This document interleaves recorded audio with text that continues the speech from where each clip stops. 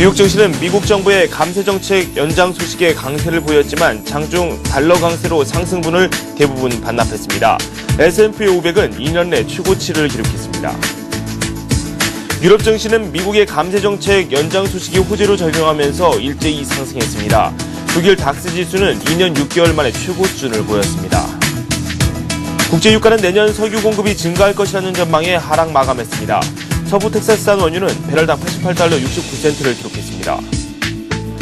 오바마 미국 대통령이 부시 전 대통령 시절에 감세 조치를 연장하되 실업보험 기간도 연장하는 내용의 초당적 타협안이 도출됐다고 발표했습니다.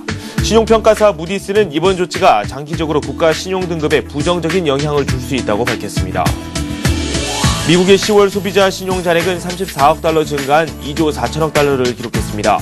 자동차 대출과 학생 대출 등 비예전 신용이 늘어난 데 따른 것입니다. 유럽 재무장관들은 역내 재정위기 극복을 위해 가동 중인 유로 안정기금 외의 추가 조치를 취하지 않기로 합의했습니다.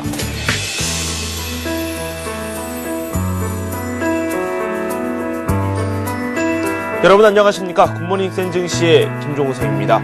미국 증시 약간 혼조세로 마감이 됐습니다. 다우지수는 부진했고요. S&P 500과 나스닥은 상승하면서 좋은 흐름을 보여줬습니다. 장중에 미국 정부의 감세 정책 연장한 소식이 들려왔습니다. 시장의 호재로 반영되는 듯 싶었는데 이 무디스가 이 감세 정책이 연장되면서 재정 적자가 확대될 수 있다라는 우려를 내놓으면서 시장은 약간 냉각되는 모습이 나왔습니다. 달러 강세로 상품 시장이 위축이 됐고요. 이에 따른 영향으로 미국 증시 이 약세로 더 전개가 됐다. 이렇게 풀이가 가능한 부분입니다. 구체적인 내용 살펴보도록 하겠습니다. 동양정금증권의 장영철 과장과 함께하도록 하겠습니다. 어서 오세요. 안녕하십니까? 네, 먼저 마감 상황 살펴볼까요? 네, 어제 같은 경우 뉴욕 증시가 장 초반 흐름은 굉장히 좋았습니다. 이제 어제 같은 경우는 다른 이렇게 지표 발표보다는 일단 어제 미국 에 대한 재정 정책 같은 게 좀 발표가 되면서 이제 시장에 좀 변동이 좀 있었는데요. 이제 오바마 정부가 그 이전에 발표가 돼가지고 계속 진행되어 오던 감세 정책안에 대해서 그걸 한 2년간 다시 연장한다는 그런 발언이 나와가지고 시장에서 좀 변동성이 있었는데요. 일단 시장은 장 초반에는 감세 정책에 대한 대한 정책 부분을 이제 호재성으로 좀 많이 멘트로 좀 많이 이어갔는데요. 일단 감세로 인해 가지고 최근 들어 아주 경기 회복이 계속 이어지는 가운데 오히려 감세에 대한 소비 증대가 좀 더 많이 이렇게 증가할 것이라고 또 예상을 되고 있고, 그에 따라 가지고 기업들에 대한 고용 창출이라든지 아니면 기업들에 대한 재무 구조가 개선된다든지 그런 여러 가지 선순환하는 그런 구조로 좀 이렇게 시장에서는 분석되면서 장 초반 상승세를 좀 많이 나타냈었는데요. 근데 이게 장 후반으로 갈수록 이제 일단 다른 분석들이 좀 많이 나왔습니다. 이 감세 정책에 대해서 많이 나타났는데 일단 신용평가사의 무디스와 그다음에 다른 민주당 정부에서 이렇게 말이 나왔던 게 일단 부유층도 같이 포함되어 있는 감세 정책이 나오다 보니까 그에 대한 오히려 좀 이렇게 부정적인 효과가 장기적으로는 부정적인 효과가 나타나지 않을까라고 예상을 많이 했는데요. 일단 무디스 입장에서는 가장 컸던 게 감세를 통해 가지고 향후에 대한 정부에 대한 재정 지출이 지금 미국 정부 같은 경우는 재정 적자가 아직까지는 많이 흑자로 돌아서지 않은 상태이기 때문에 이 재정 적자 분이 더 많이 증가할 것으로 예상을 또 많이 하고 있고요. 거기다가 연방 정부에 대한 부채 비율도 좀 많이 증가할 것이라고 예상을 많이 하고 있는데요. 특히 최근 들어가지고는 로스앤젤레스, LA 쪽 캘리포니아주 같은 경우에는 오히려 연방 정부가 파산할 위기에도 좀 처했다는 그런 뉴스로 저희가 올 초만 해도 이렇게 많이 들었는데요. 그렇죠. 연방 정부에 대한 부채가 오히려 또 많이 또 증가할 수 있다는 그런 부분도 많이 나타나면서 이런 정책에 대한 오히려 부정적인 편견과 그다음에 긍정적인 효과가 같이 좀 동시에 많이 토리가 되는데요. 일단은 시장 내에서는 전문가들도 많이 알려졌다시피 일단 단기적으로는 글로벌에 대한 유동성이 굉장히 많이 증가할 것이라고 이제 예상이 좀 많이 되는 게 사실이지만 장기적으로 봤을 때는 이런 감세 정책 자체가 오히려 더 많은 악영향을 좀 많이 미치지 않을까라는 게 좀 많이 나왔고요. 또 일단 정부 내에서도 이렇게 크게 합의가 되어 있는 부분이 아니다 보니까 시장에서는 오히려 우려를 나타내면서 장 막판에 어느 정도 소폭 하락했던 부분을 다 상승했던 부분을 다 하락하는 그런 모습을 보이지 않았나 그렇게 일단은 보여지고 있습니다. 네, 감세 정책이 어떤 영향이 있을 것인지에 대해서까지 말씀을 해주셨는데 오바마 대통령은 이번 감세 연장안이 미국 국민을 위해서 옳은 결정이다 이렇게 이야기를 했다고 하거든요. 예, 맞습니다. 일단 미국 국민 입장에서는 최근 들어가지고 일단 경기 회복이라든지 그런 부분이 많이 지금 나타나고 있지 않습니까? 긍정적인 효과가 그에 따라 가지고 일단 감세 정책을 펼침에 따라 가지고 아무래도 소비에 대한 그런 회복이 좀 빨리 이루어질 수도 수도 있고요. 네네. 유동성을 좀 더 많이 지원하겠다는 뜻이죠. 쉽게 말해서 뭐 소득을 뭐 일반적으로 한 100에서 우리나라가 하나로 한 100만 원 정도를 만약에 소득을 가져가다가 세금을 한 10% 정도 10만 원을 세금을 내던 거 네. 세금을 좀 많이 이렇게 감세를 많이 깎아가지고 또 2년 가까이 또 연장을 해주다 보니까 네네. 그에 따른 그 가처분 소득이 좀 많이 늘어나는 효과를 발휘할 수 있습니다. 네. 그에 따른 가처분 소득 같은 경우에는 그대로 사람 심리상 소비로 또 이어질 수 있는 그런 효과가 많이 나타나기 때문에 네네. 오히려 미국 정부라든지 아니면 미국 국민 다방면에 좀 좋은 효과를 발휘하지 않을까라고 좀 많이 나타내고 있는데요. 네. 뭐 그런 게 이제 그 민주당 오바마 정부에 대한 그런 그 의견인데요. 뭐 반대 의견 입장에서는 일단 이게 감세가 돼버리면 일단 네. 세금이 들어오는 그 부분이 굉장히 많이 축소가 되고 있기 때문에 네네. 오히려 그 부분 자체가 그대로 일단 그 정부에 대한 그 재정에서 이렇게 많이 나가기 때문에 이 재정 적자라든지 오히려 연방 정부에 대한 그 세금에 대한 수입원이 적다 보니까 오히려 그게 부채로 작용하는 그런 효과가 좀 많이 나타나는 게 네. 시장에서 이렇게 많이 양분된 그런 의견이 아니었나 일단 그렇게 많이 보여지고 있습니다. 네. 상대적으로 미국 민주당 조금 허탈할 수밖에 없을 것 같아요. 당장 미국 민주당 하원에서는 뭐 우리는 서명도 하지 않았다 이렇게 이야기까지 했었고요.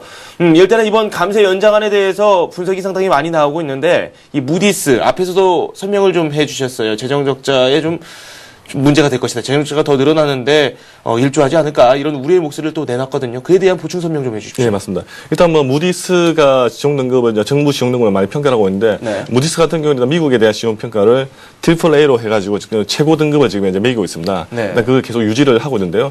일단 뭐 무디스 입장에서는 감세 정책을 2년간 연장했다는 그 이슈보다는 부유층에 대한 감세안까지 같이 포함되어 있다라는 네. 부분이 좀 많이 나타나면서 오히려 그런 부분 자체가 이 부유층에 대한 그 감세 정책을 많이 펼치지 않았을 경우에는 이 연방 정부라든지 아니면 그 지방 정부에 대한 적자 폭이라든지 부채 폭이 좀 굉장히 좀 많이 축소가 될 수 있는데 오히려 그런 부분 자체까지 같이 포함되다 보니까 네. 오히려 뭐 재정 적자라든지 그런 폭이 더 많이 늘어날 것으로 또 예상도 좀 많이 되고 있고요. 뭐 최근 들어 가지고 경기 회복에 따라 가지고 뭐 미국 연방 정부부터 시작해가지고 일단 연방 정부에 대한 그런 적자 부분이 좀 많이 해소가 됐다고 하지만은 네. 아직까지는 그게 정확하게 수치상으로 좀 많이 이렇게 해소되는 부분이 아니기 때문에 그런 부분을 좀 많이 우려하고 있지 않나 일단 그렇게 보여지고 있는데요. 네. 거기다가 또 이제 감세안 내부에서는 일단 재산세까지 같이 인하한다는 그 항목이 들어가 있기 때문에 이 재산세 같은 경우에도 일단 미국 연방 정부가 가지고 갈 수 있는 그런 세액 중에서 굉장히 좀 큰 폭을 차지하기 때문에 네네. 그런 부분까지 어느 정도 정부가 양보를 함에 따라 가지고 향후에 나타날 그 장기적으로는 그 연방 정부라든지 아니면 뭐 재정 적자 폭이라든지 그런 부분 자체가 부정적 영향을 좀 많이 끼칠 수밖에 없다는 네. 부분이 나타나면서 네. 신용등급에 대한 신용등급을 약간 좀 하향할 수 있는 그런 우려도 좀 많이 제기된다고 약간 경고성 멘트를 날리지 않았나 이제 그렇게 보여집니다. 네.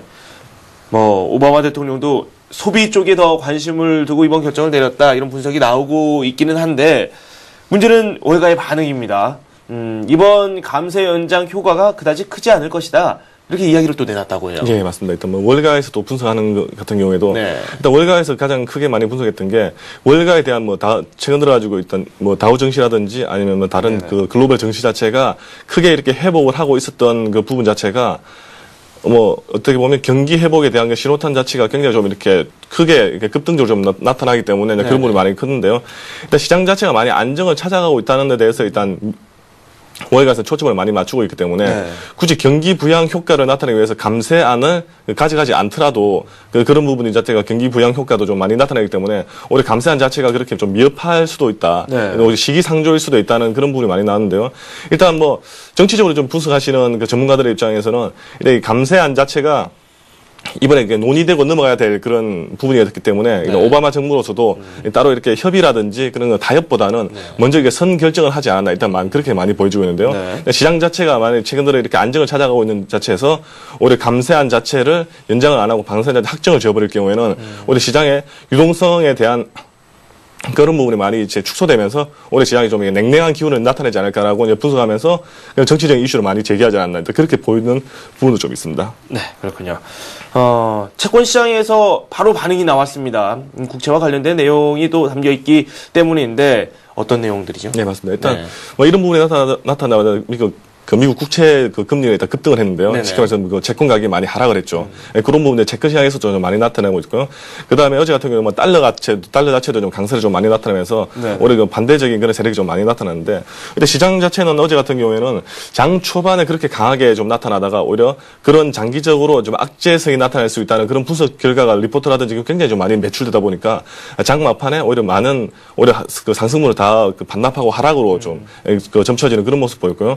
거기다 뭐 다른 쪽 분석으로도 나타나면 최근 들어 좀 많이 급등을 했던 부분에 대한 차익 실현에 대한 그런 신호탄을 또 오히려 이제 감세안에 대한 그런 역풍이 좀 이렇게 마련해주지 않았나 그런 식으로 많이 보이는데요. 근데 시장 자체는 그렇게 뭐 변동성을 그렇게 크게는 많이 가지지 않았는데 일단 뭐 일부에서는 그러니까 감세 정책에 대한 이런 이벤트성 어떻게 보면 그 증시에 대한 그 영향은 좀 미비하지 않을까 일단 그렇게 많이 보여지고 있는데요. 네. 근데 실제로는 이 향후에 이제 나타날 그 뭐 재정 적자에 대한 그런 뭐 지표 발표라든지 네. 그런 부분에 대한 수치가 만약에 최근에 회복되지도 않았음에도 불구하고 이런 결정이 만약에 나타났을 경우에는 시장에서는 약간 부정적인 효과를 좀 발휘하지 않을까 일단 네. 그렇게 보여지고 있습니다. 네, 그렇군요. 지표가 그렇게 많이 나오지는 않았어요. 어제 나왔던 내용 하나 살펴보도록 하죠. 소비자 신용 2년여 만에 가장 큰 폭으로 증가를 했다고 하는데요. 관련 소식 전해 듣도록 하겠습니다. 예, 어제 지표가 하나 발표됐는데요. 일단 네네. 미국 10월 소비자 신용 지표가 발표됐습니다. 10월 소비자 신용이 한 2조 4천억 달러 정도로 일단 발표가 됐는데요. 실제 연율로 따지면 한 1.7% 정도 일단 증가를 했습니다. 일단 2008년 7월 이후에 최대폭으로 증가를 했는데요. 일단 소비자 신용 자체가 시장에서 좀 예상을 좀 많이 못했던 부분인데 좀 많이 증가했던 게 최근 들어가지고 일단 경기 회복에 대한 그런 부분이 오히려 소비 증가가 좀 많이 나타났던 게 좀 이렇게 사실로 나타났는데요. 그 내면을 보면 일단 우리 흔히 말해서 비회전 신용하고 그다음에 회전 신용, 리볼빙이라고 하죠. 그냥 회전 신용을 많이 나타내고 있는데 이 비회전 신용 같은 경우에는 한 90억 달러 정도로 일단 6.8% 정도 일단 상승을 했습니다. 네. 이 비회전 신용 같은 경우는 대부분이 이제 뭐 자동차 구입이라든지 아니면 주택 구입 이런 부분에 좀 많이 들어가고 있고요. 네. 그다음에 회전 신용, 리볼빙 신용 같은 경우는 한 59억 달러 정도 59억 한 4천만 달러 정도가 나타났는데 한 8.4% 정도 오히려 하락을 했습니다. 쉽게 말해서 단기적으로 이렇게 쓸 수 있는 그 소비 부분을 좀 많이 감소했다는 게 오히려 네. 어제 시장에서 좀 이렇게 어느 정도 긍정적인 효과를 나타내는 그런 소비자 신용의 발표가 아니었나 이렇게 많이 보여지고 있는데요. 일단 비회전 신용이 많이 나타나면서 사람들은 소비 부분에 가지고 단기적인 그런 어떻게 보면 생필품에 대한 소비보다는 네. 아무래도 굵직굵직한 소비가 좀 늘다 보니까 어느 정도 소득이라든지 그런 부분이 좀 안정을 찾아가고 그런 회복, 소득에 대한 그 회복 부분이라든지, 그런 가계에 대한 그런 소득이 좀 많이 증가했던 부분이, 네. 오히려 이런 소비자 신용에 이런 식으로 좀 발표가 되지 않았나 그렇게 보여지는데, 네. 시장에서는 오늘 또 안정을 좀 많이 찾아가고 긍정적인 효과를 나타냈던 그런 지표가 아니었나 그렇게 보여집니다. 네, 그렇군요. 유럽 소식 살펴보도록 하겠습니다. 유럽에서 재무장관들이 회의를 가졌는데 별다른 이야기는 또 나오지는 않았습니다. 유럽 증시에 미치는 영향은 그다지 크지는 않았는데 일단 유럽 증시 마감 상황 살펴보니까 미국 쪽 호재에 집중을 하는 모습이었어요. 네, 맞습니다. 독일이 괜찮았죠? 예, 일단 그 미국에 대한 그 감세 정책, 쉽게 말해서 유럽에서는 일단 감세 정책에 따라 가지고 유동성이 좀 많이 이렇게 또 증가할 것이라는 그런 쪽으로 이제 포커싱을 좀 많이 맞춘 것 같습니다. 뭐 독일 같은 경우는 한 7,000포인트 정도를 한 2년 내 처음으로 7,000포인트를 돌파하는 그런 좀 여력도 좀 나타내는데요. 네. 일단 뭐 독일, 프랑스, 영국 전체 다 일단 0.6에서 한 1% 정도대 급등세를 좀 많이 나타내면서 시장을 좀 이렇게 호재를 좀 많이 작용을 했고요. 그리고 아일랜드 의회 쪽에서도 일단 새 긴축 예산안이 좀 어느 정도 수정됐던 게 승인되면서 시장 유럽 증시 자체가 좀 안정을 많이 찾아가지 않았나 그렇게 보여지는데요. 네. 대표적으로 좀 은행주들이 또 최근 들어가지고 좀 이렇게 반갑게 좀 급등하는 그런 양상을 보이면서 이제 시장을 좀 이끌어갔는데요. 일단 뭐 유럽 증시 같은 경우에는 이 감세안에 대한 그런 어떻게 보면 분석적인 레포트를 좀 이렇게 접하지 못하다 보니까 네. 직접적인 그런 오히려 호재성 멘트 때문에 좀 시장이 좀 많이 이렇게 증가하는, 시장에 좀 급등하는 그런 모습 보이는데, 이게 오늘 쪽으로도 많이 분석이 시작돼 버리면은 시장에서는 또 어느 정도로 좀 이렇게 변동성이 있을지, 그것도 한 번은 체크해 봐야 되지 않을까 일단 그렇게 보여집니다. 네. 그리고 유럽 중앙은행 위기를 한번 타개해 보겠다 이런 노력 열심히 펼치고 있습니다. 국채 매입에 많이 나서고 있다죠. 예, 맞습니다. 일단 뭐 22 유럽 중앙은행 자체가 일단 재정 위기 해소를 위해 가지고 일단 국채를 굉장히 좀 많이 매입하는 속도가 좀 빨라졌는데요. 네네. 일단 국채를 매입한다는 게 시장에 대한 유동성을 굉장히 좀 많이 좀 증가시키겠다는 증가시키겠다는 그런 적극적인 어떻게 보면 정부에 대한 그런 정부에 대한 그 정책인데요. 일단 시장에서는 이런 부분 자체가 오늘 좀 긍정적으로 좀 많이 보여지는 그런 이면이 있습니다. 네네. 일단 예전에 그리스에 대한 그 재정 위기가 터졌을 때는 그 ECB라든지 아니면 그 유로존 내에서는 오히려 보면 그렇게 그 정책을 좀 많이 펼쳐 나가실 것이다. 아니면 유동성을 많이 지원해 줄 것이라는 그런 그 어떻게 보면 신문 언론성 플레이가 굉장히 좀 많았던 사실에 네. 최근 들어가지고는 이런 재정 위기 자체가 좀 많이 이렇게 해소가 되지 않고 이제 적극적으로 나서야 되겠다는 그런 부분이 좀 시장에서 많이 좀 어떻게 보면 우려가 됐었는데요. 뭐 어제 같은 경우 22게스트도 재정 위기에 가지고 국채를 오히려 매입하는 네. 그런 것도 또 매입하는 속도 좀 많이 증가함에 따라 가지고 국채 매입 자체가 시장에서는 좀 이렇게 22 자체가 오히려 적극적으로 지금 이제 그 재정 위기에 대한 그런 부분을 타개하기 위한 그 움직임을 많이 보이고 있다는 것에 대해 가지고 시장에서 좀 긍정적인 흐름을 좀 이어가지 않나 그렇게 보여지고 있습니다. 네, 그렇군요. 어제 저희가 소식을 정리를 해드리면서 유로존에서 유로화 가치가 좀 약세를 보일 것이다 이렇게 말씀을 드렸습니다. 그런데 IMF 총재가 유로화에 대해서 좀 큰 걱정은 안 해도 된다 이런 취지의 발언을 또 했거든요. 네, 맞습니다.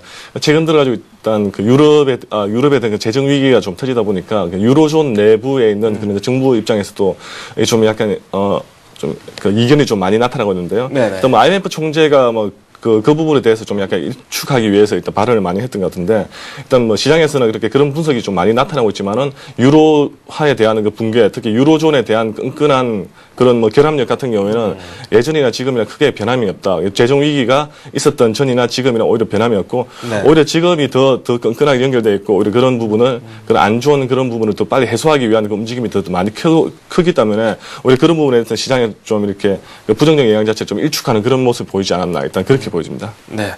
국제유가를 비롯해서 상품시장 이야기도 듣도록 하겠습니다. 예, 일단 어제 같은 경우는 국제 유가에 대한 그 내년 공급량 자체가 대략적으로 이렇게 판단이 나오는데요. 네. 국제 유가에 대한 공급량이 내년에 좀 많이 이렇게 증가할 것이라는 그 예상이 좀 많이 나타나면서 어제 0.8% 정도 하락했습니다. 한 88.69달러에 좀 마감하면서 국제 유가 같은 경우 최근 들어 계속 강세를 좀 네네. 나타내는 그런 모습 보였고요. 금값 같은 경우 0.5% 정도 하락하면서 온스당 1,409달러 정도로 최근 들어 또 많이 좀 이렇게 1,400달러까지 같이 좀 급등을 했었고요. 유로나 달러 같은 경우에는 어제 같은 경우 시장상에 맞춰가지고 유로돈 뭐 달러 같은 경우 0.36% 정도 상승하면서 어제 감세 정책에 대한 그 오히려 부정적인 효과를 먼저 이렇게 받지 않았나 그렇게 보여집니다. 네.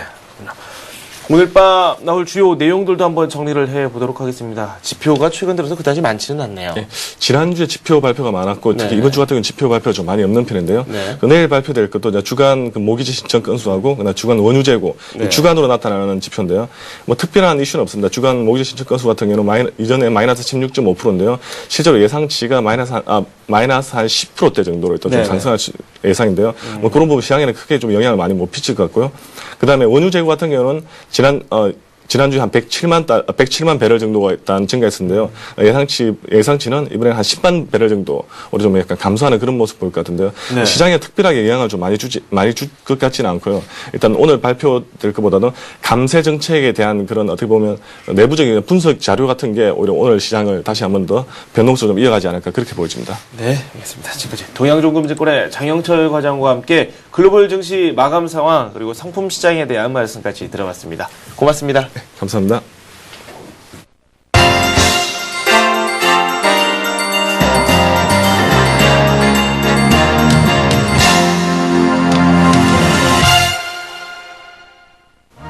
안녕하세요. 글로벌 투데이 박미라입니다. 먼저 AP통신 주요 소식부터 출발합니다. 오바마 대통령이 감세 정책을 연장키로 합의했습니다. 이에 대해 민주당과 공화당의 반응이 크게 엇갈리고 있는데요. 버락 오바마 미국 대통령은 조지 부시 전 대통령 시절에 모든 감세 조치를 연장하되 그 대가로 실업보험 기간도 연장하는 내용의 수당적 타협안이 도출됐다고 밝혔습니다.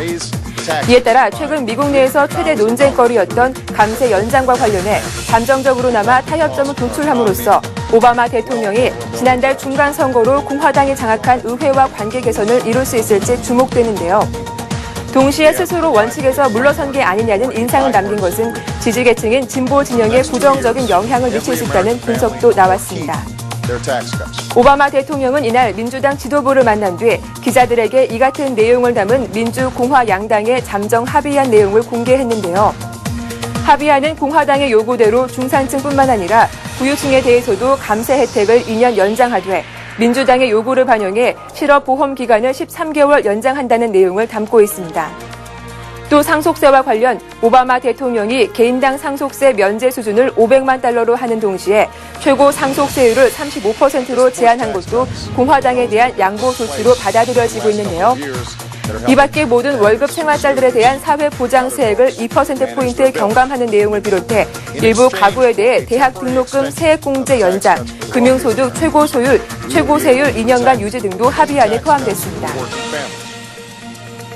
미국 클린턴 국무장관이 6일 열린 한미일 외무장관 이후 6자 회담에 대한 생각을 밝혔는데요. 북한의 자성에 이어 중국의 역할을 강조했습니다.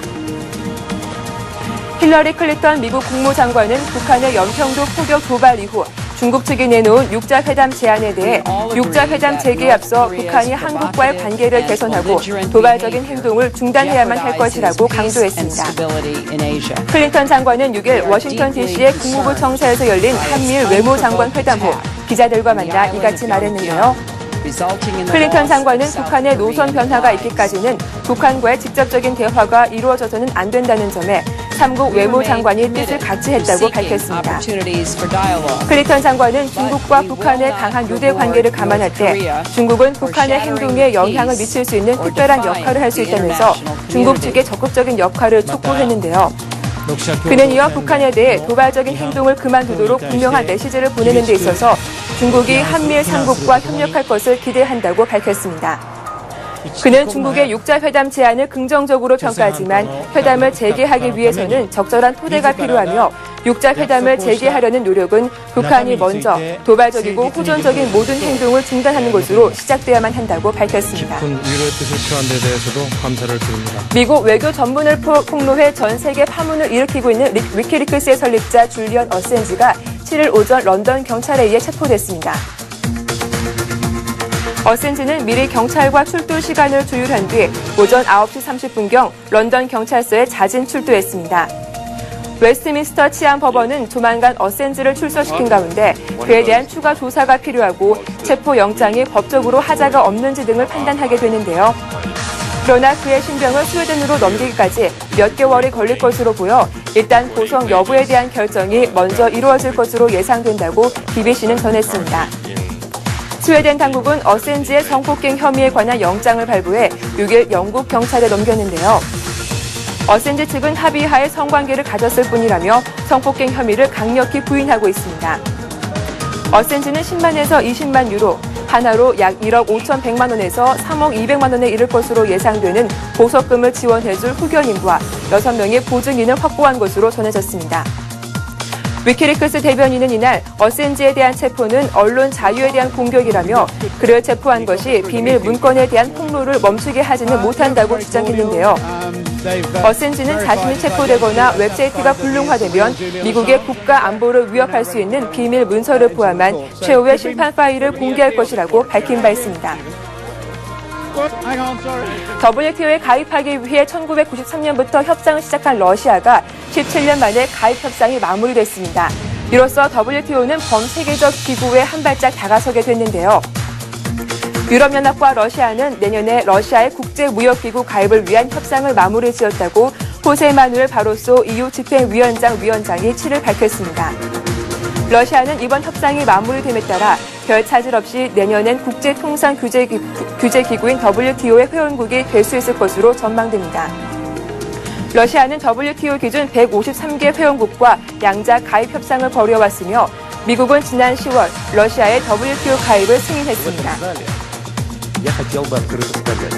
6일 열린 유로 재무장관 회담에서 이미 가동 중인 유로 안전기금 외에 추가 조치를 취하지 않기로 합의했습니다. 이번 회담에 앞서 국제통화기금은 기금 확충을 촉구했으며 유로 재무회담 의장인 장 클로드 융커 룩셈부르크 총리 겸 재무장관과 줄리오 트레몬티 이탈리아 재무장관은 유로 채권 발행 구상을 공동 제시한 바 있는데요. 그러나 유로 최대 경제국인 독일은 이 두 가지 모두를 강력히 반대했습니다. 융커는 회담 후 기자회견에서 새로운 결정이 내려진 것이 없다며 유로 안전기금이 현재로선 위기 대처에 충분하다는 데 의견이 모아졌다고 밝혔는데요. 또한 유로 채권 문제도 의제에 포함되지 않았다고 덧붙였습니다. 유럽연합의 올리렌 경제통화 담당 집행위원은 유로권 희생이 이어지고는 있으나 지금의 금융 산불을 진화하는 것이 중요하다며 그래야만 이것이 유럽 전역으로 확산되지 않을 것이라고 강조했는데요. 유럽 안전기금 책임자 클라우드 라이딩도 회동 후 기자들에게 그리스에 이어 아일랜드에 850억 유로를 지원키로 했음을 상기시키면서 아직은 기금이 여유 있다고 지적했습니다. 오는 7일에는 유로 재무장관들을 포함한 전체 EU 재무장관 회담이 이어집니다. 데이빗 캐머런 영국 총리가 아프가니스탄 주둔 영국군의 철수를 2011년부터 시작할 것이라고 밝혔습니다. 아프가니스탄을 깜짝 방문한 데이빗 캐머런 영국 총리가 내년부터 현재 주둔 중인 영국군의 철수 작업을 시작할 수 있다고 6일 말했습니다. 캐머런 총리와 데이빗 리처드 영국군 합참의장은 이날 아프간 군사훈련에 진전이 있다고 긍정적으로 평가하며 이 같은 뜻을 밝혔는데요. 리처드 합참의장은 철군 시점은 상황을 고려해 결정할 문제라고 말하면서도 내가 불과 3개월 전에 이곳을 방문했을 때 모든 것이 어마어마한 속도로 빠르게 자리 잡고 있다며 자국군이 이뤄낸 성과를 높이 평가했습니다. 캐머런 총리 역시 현지 상황이 개선됐다는 데 동의하고 이에 따라 내년부터 철군을 시작할 수 있다고 말했는데요. 그동안 캐머런 총리는 아프간에 주둔하는 자국군의 철군 작업을 2015년까지 마무리하겠다고 밝혀왔습니다. 그러나 이날 미국은 아프간 현지 상황에 대한 엇갈린 평가를 내놨습니다. 데이비 퍼트레이어스 아프간 주둔 미군 사령관은 이날 미 ABC 방송과의 인터뷰에서 2014년까지 아프간 당국으로의 치안권을 이행하는 문제와 관련 우리가 할 수 있다고 확신하는 사령관은 아무도 없을 것이라며 부정적인 전망을 내놨습니다. 스위스 제네바에서 1년 2개월 만에 개최된 이란과 주요 6개국 회담은 시작부터 회담 성격과 의제를 놓고 이견을 보였는데요. 이란은 핵 협상에 대한 이러한 완강한 입장을 고수하고 있습니다. 이란과 6개 주요 당사국 대표들은 지난 6일부터 이틀간 스위스 제네바에서 진행된 이란 핵 프로그램에 대한 회담을 마치고 내달 말 터키 이스탄불에서 대화를 계속하기로 했으나 속개될 회담 역시 난항이 예상됩니다. 우선 6일에서 7일 진행된 제네바 회담의 결과와 차기 회담 의제에 대한 양측의 발표 내용부터 엇갈리고 있는데요. 히설린 유스턴 유럽연합 외교안보정책 고위 대표는 7일 오후 기자회견에서 내년 1월 말 터키 이스탄불에서 속개될 회담을 통해 핵 문제에 관한 우리의 핵심적인 우려를 해결하기 위한 실질적인 구상과 협력 방안을 논의할 계획이라며 핵이 주된 의제임을 강조했습니다. 하지만 곧이어 기자회견을 가진 사이드 잘릴리 이란 측 협상 대표는 애슈턴 고위 대표의 발표 중 일부는 합의된 내용이 아니라고 부인했는데요. 잘릴리 대표는 합의한 것은 오로지 공통의 기반을 찾기 위해 협력에 기반한 추가 회담을 갖는 것뿐이라고 여러 차례 번복한 뒤 분명히 밝히건대 이란은 다음 달 이스탄불에서 개최될 회담에서 우라늄 농축 문제를 논의하지 않을 것이라고 잘라 말했습니다.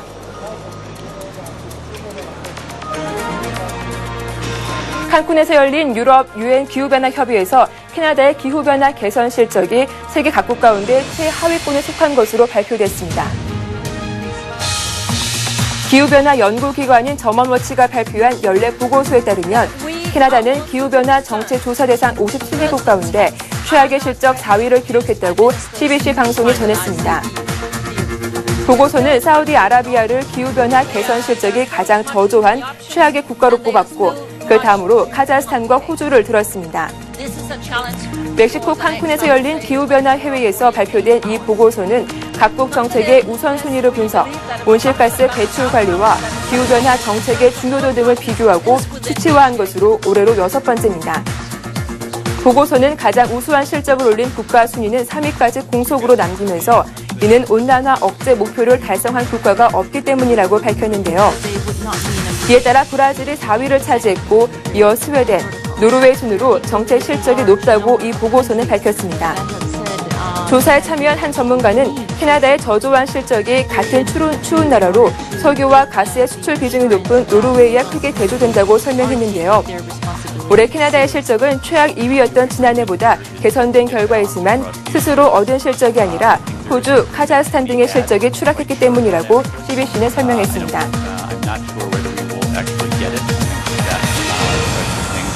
5일 전쟁으로 불리는 러시아 조지아 간 전쟁이 끝난 지 2년이 지난 지금도 양국 관계는 분쟁이 가시지 않고 있습니다. 조지아 내무부는 7일 자국 내 미국 대사관을 비롯한 여러 건물을 상대로 폭탄 테러를 모의한 혐의로 러시아 스파이 용의자 6명을 체포했다고 밝혔습니다. 내무부는 이들 용의자가 러시아 군 당국의 첩보원으로 모집된 이들이라고 말했습니다. 이들은 지난 9월 미국 대사관 부근에서 폭탄 테러를 시도하고 지난달 사망자 1명을 낸 노동당사 인근 폭탄 테러 등 몇몇 폭탄 테러를 일으킨 혐의를 받고 있다고 전했습니다. 내무부는 러시아군 정보 장교가 조지아 시민에게 돈을 주고 폭탄 테러를 시켰다고 주장하면서 이는 조직적인 테러 작전이라고 비난했는데요. 이와 관련 러시아 외무부는 즉각적인 언급을 삼갔습니다. 2008년 전쟁을 벌인 적 있는 친미 성향의 조지아와 러시아 간 관계는 일련의 스파이 사건으로 악화일로를 걸어오고 있습니다. 이어서 지구촌 곳곳에서 일어나는 재미있는 소식을 지구촌 별별 뉴스에서 전해드리겠습니다.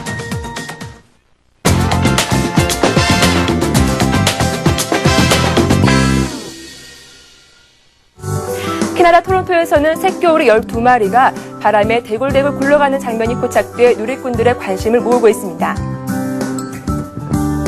캐나다 토론토에서 어미 따라 줄지어 아장아장 길을 걷던 새겨울이 12마리가 난데없는 바람으로 바닥에 대굴대굴 구르는 장면이 포착돼 누리꾼들의 웃음을 자아내고 있습니다. 동영상을 보면 새겨울이 12마리가 어미 따라 줄지어 어디론가 향하고 있는데요. 이때 난데없이 바람이 불어 닥치자 새끼들은 사방팔방으로 대굴대굴 구릅니다. 어미도 중심을 잃고 파닥거릴 정도인데요. 그나마 다행인 것은 바람이 금방 멈췄다는 것. 12마리 새끼오리는 아무 일도 없었다는 듯 다시 어미를 따라 줄지어 아장아장 어디론가 향하는 모습 참 귀엽죠? 태어날 때부터 치아를 갖고 있다. 일반적으로 상상하기 힘든 현실인데 영국에서는 한 아이가 태어날 때부터 치아를 갖고 태어나 화제가 되고 있습니다. 영국 데일리메일에 따르면 파트리샤 커필드는 약 3주 전 영국 랭커셔에 있는 옴스커크 병원에서 아기를 낳았습니다. 커필드와 남편 앤드류 암스트롱은 자신들의 아이 페이 암스트롱의 입속을 보고 경악을 금치 못했는데요. 바로 아기의 치아 2개가 이미 자라고 있기 때문이었죠. 2주일이 지난 후 페이의 입속에는 어금니 2개도 보이기 시작했습니다. 커필드는 암스트롱이 태어났을 때 치아 2개를 봤다며 다음날 아침 아이에게 모유를 주려고 할 때 약간의 고통이 있었다고 말했습니다. 대부분의 아기는 생후 6개월에서 1년이 되기 전까지 드러나지 않지만 이처럼 이가 난 채 태어날 확률은 2000분의 1이라고 합니다. 영국에서는 한 여성이 자신의 눈사람이 사라졌다고 신고한 사연이 공개됐습니다. 지난주 영국 켄트 지역의 이 여성은 긴급 신고소나 999에 전화해 집 밖을 내다보니 눈사람이 사라졌다고 신고했는데요. 신고 접수원이 장식용 눈사람이냐고 묻자 이 여성은 아니다, 눈으로 만든 눈사람이다라며 내가 직접 만들었다고 말했습니다. 경찰 측은 우리는 999 시스템을 오용하는 사람들을 기소할 힘은 있지만 이런 경우는 난감하다고 말했는데요. 왜냐하면 이 여성이 진심으로 이는 절도 사건으로 믿고 있기 때문입니다. 눈사람을 만들기 위해 티스푼으로 팔도 만들어주고 일정의 비용을 투자했기 때문에 명백한 절도 사건이라고 주장하고 있습니다. 여러분, 어떤 영화를 보면 잠에 푹 빠진다고 하는데요. 이런 영화가 있다면 과연 흥행에 성공할까요? 여기 미국에서는 관객을 수면에 빠뜨리게 하는 것이 목적인 수면용 영화가 발견됐습니다.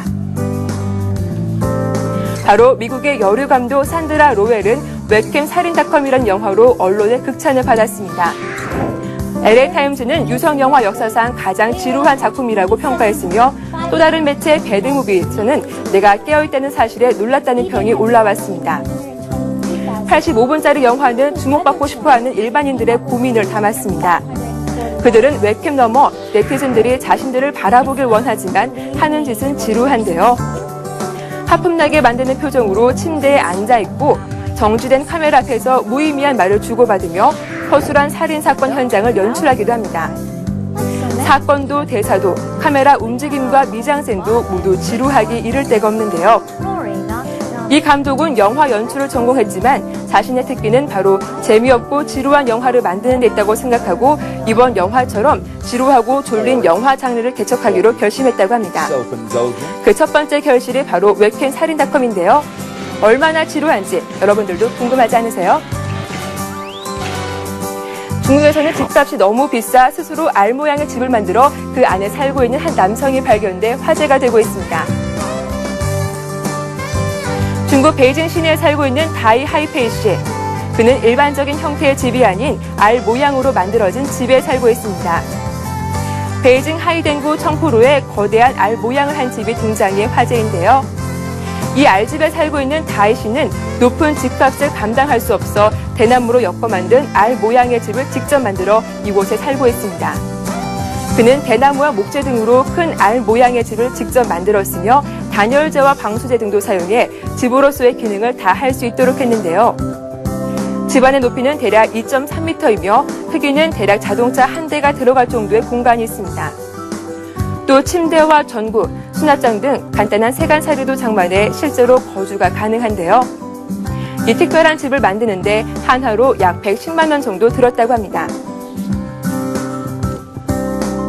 오늘 글로벌 투데이에서 준비한 소식은 여기까지입니다. 좀 더 생동감 넘치는 지구촌 소식으로 내일 다시 인사드리겠습니다. 고맙습니다.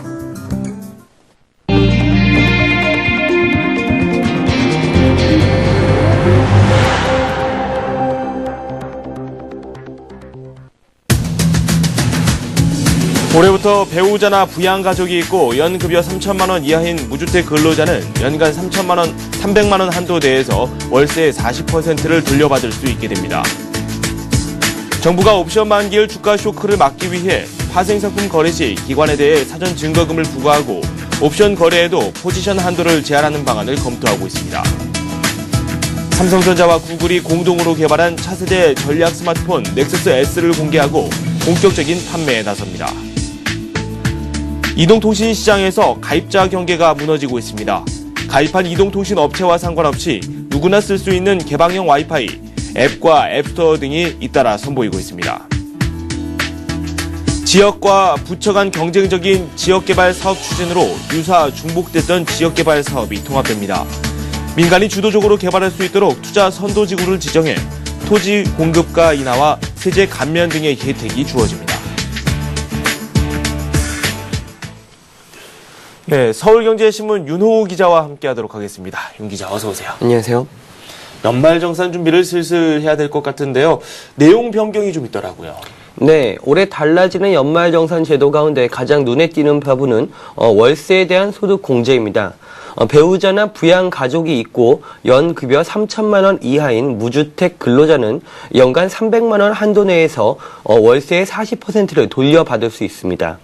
단 주택은 국민주택 규모 이하여야 합니다.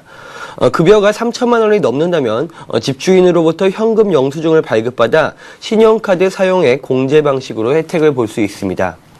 또 전세자금이나 월세 보증금을 은행뿐 아니라 개인으로부터 빌린 경우에도 소득이 공제됩니다.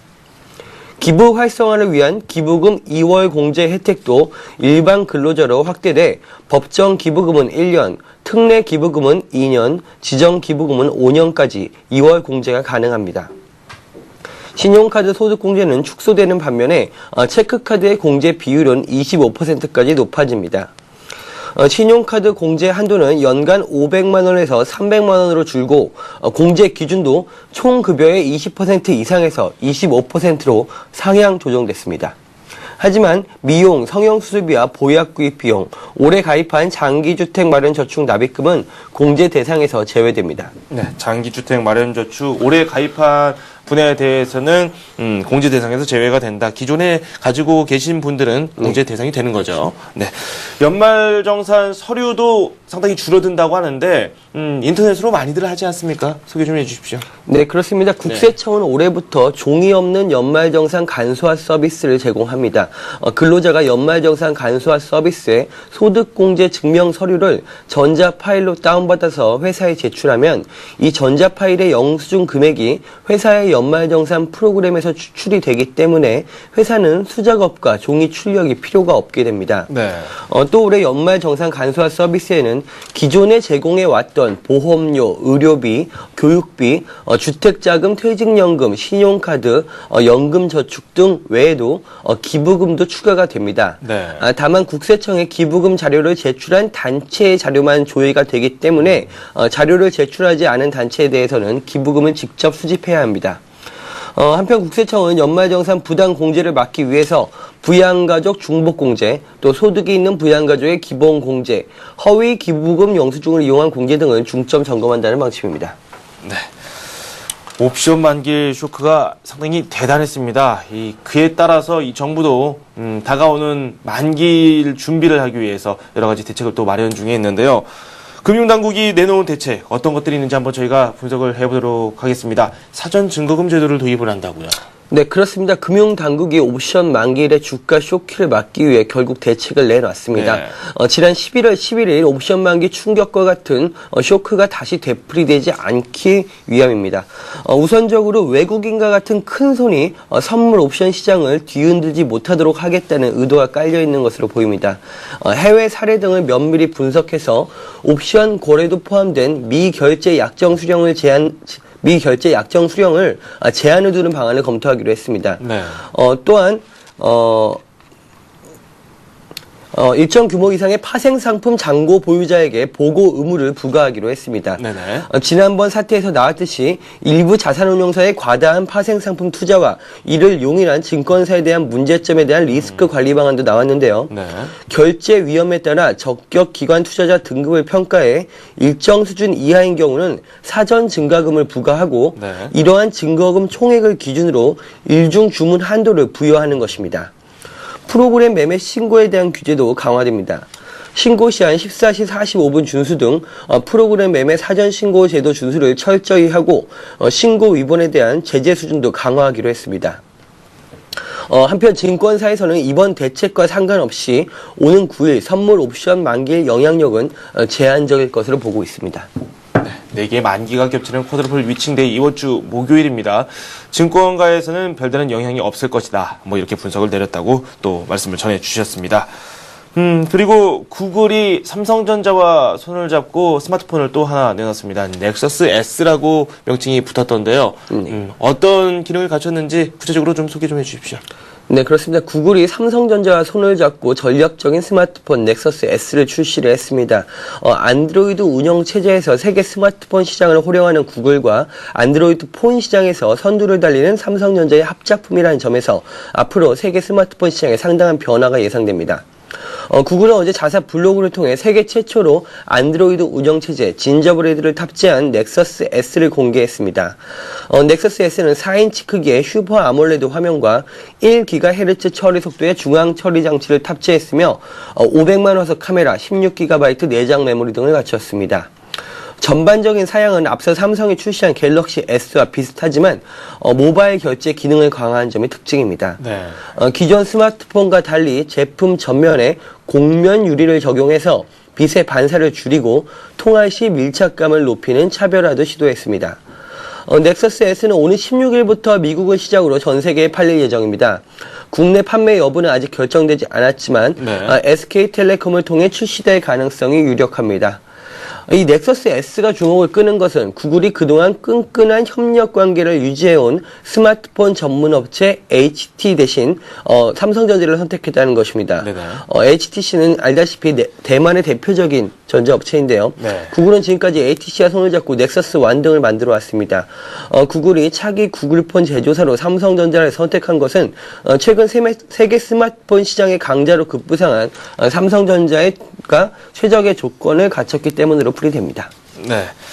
이렇게 스마트폰도 잇따라 나오고 있고요. 이 스마트폰을 사용하는 분들도 점차 늘고 있습니다. 공공장소라든지, 많은 분들이 모여있는 곳에 보면 항상 휴대전화를 이렇게 두드리시는 분들이 상당히 많아요. 이동통신사들도, 이에 대한 대책을 좀 내놓고 있습니다. 이렇게 사용자들이 늘다 보니까 서로 연합을 해서 서로의 어플리케이션을 좀 공유를 할 수 있게 하고, 그리고 또 와이파이망도 같이 쓸 수 있게 하는 그런 여러 가지 대책을 또 내놨다고 하는데요. 네, 그렇습니다. 와이파이 앱, 앱스토어 등 어떤 그 스마트폰 서비스의 경계가 완전히 무너지고 있습니다. 가입한 이동통신 업체와 상관없이 누구나 쓸 수 있는 개방형 와이파이와 앱스토어 등이 잇따라 선을 보이고 있는데요. 모든 국민에게 지금 거의 개방된 서비스는 와이파이입니다. LG U+는 자사의 와이파이망인 U+존을 LG U+ 가입자들에게는 무료로, 내년 3월부터는 SK텔레콤과 KT 가입자에게 유료로 서비스합니다. SK텔레콤도 자사 와이파이망을 KT, LG U+ 가입자에게 무료로 제공하고 있습니다. 네. 지난 7월에는 타사 가입자들이 SK텔레콤의 와이파이를 사용하기 위해 필요한 인증 방식도 간소화했습니다. 스마트폰 앱스토어도 개방적입니다. SK텔레콤의 T스토어와 LG U+의 오즈스토어는 통신사와 상관없이 누구나 방문해서 앱을 다운받을 수 있습니다. 이처럼 가입자의 경계를 허무는 개방형 상품이 잇따라 출시되는 것은 통신 시장이 완전히 포화 상태이기 때문에 더 이상 타사 가입자 뺏기로는 수익에 한계가 있기 때문으로 보입니다. 가입자 시장이 포화된 상태에서 전체 이동통신 소비자들을 대상으로 새로운 수익을 창출하자는 분위기입니다. 네, 그동안 지방자치단체나 이 정부 각 부처에서 많은 개발 사업을 추진해 왔는데 내용을 살펴보면은 중복되는 부분이 상당히 많았어요. 그런데 이런 관행이 사라지게 됐다 이런 소식이 들려오고 있더라고요. 이런 개발 사업도 민간 중심으로 또 재편이 된다고 하는데요. 관련 소식 전해 주십시오.